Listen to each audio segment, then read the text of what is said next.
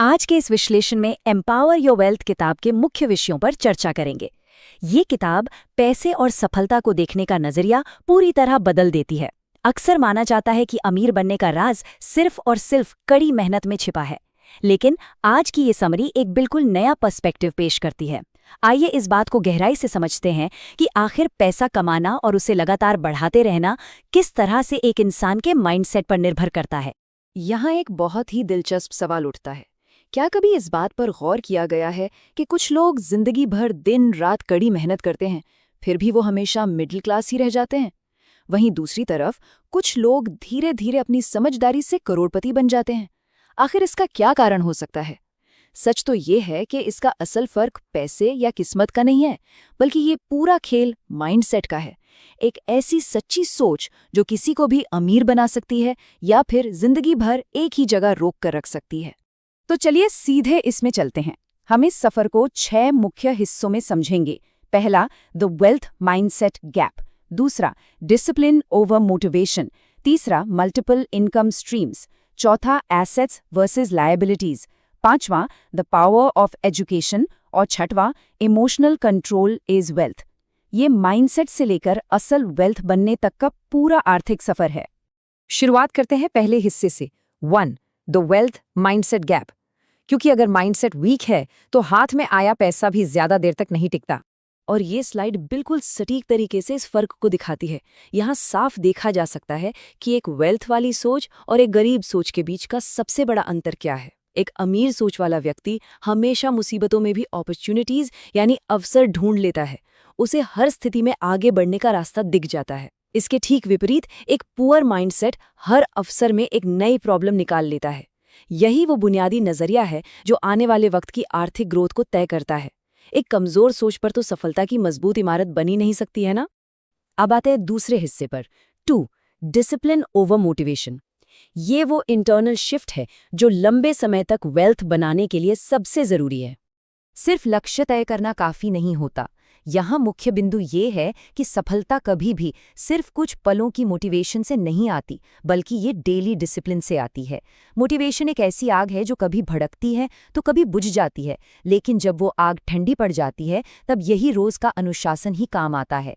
रोजाना के छोटे छोटे कदम लगातार उठाते रहने से ही आगे चलकर मैसिव रिजल्ट्स मिलते हैं। एक छोटी सी आदत जो बिना रुके रोज निभाई जाए, वो अचानक आई मोटिवेशन से हजारों गुना ज्यादा ताकतवर होती है। बढ़ते हैं तीसरे लेसन की तरफ। 3. Multiple income streams. अब माइंडसेट से निकलकर प्रैक्टिकल एक्शंस लेने की बारी है, क्योंकि सिर्फ एक सैलरी पर निर्भर रहना बहुत बड़ा खतरा है। आज के इस तेजी से बदलते जमाने में फाइनेंशियल इंडिपेंडेंस के लिए ये मॉडर्न वेल्थ स्किल्स हर किसी के पास होना लगभग अनिवार्य हो गया है, जैसे कि side income, online work, investing और डिजिटल स्किल्स।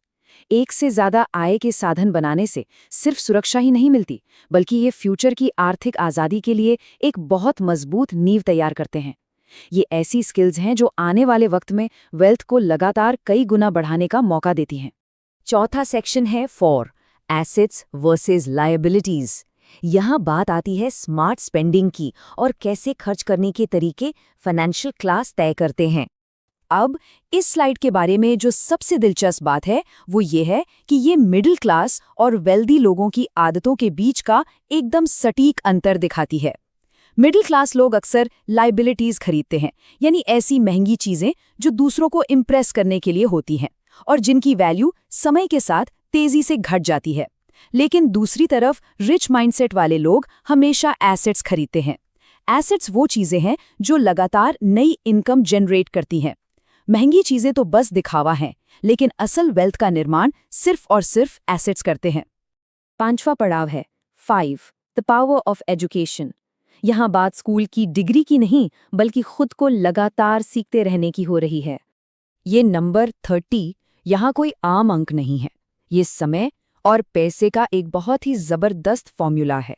दुनिया के लगभग हर सफल इंसान की तरह अगर टीवी या सोशल मीडिया पर वक्त बर्बाद करने के बजाय रोजाना सिर्फ 30 मिनट का समय निकालकर फाइनेंशियल नॉलेज गेन की जाए, तो ये एक छोटी सी आदत किसी की भी पूरी लाइफ ट्रेजेक्ट्री बदल सकती है।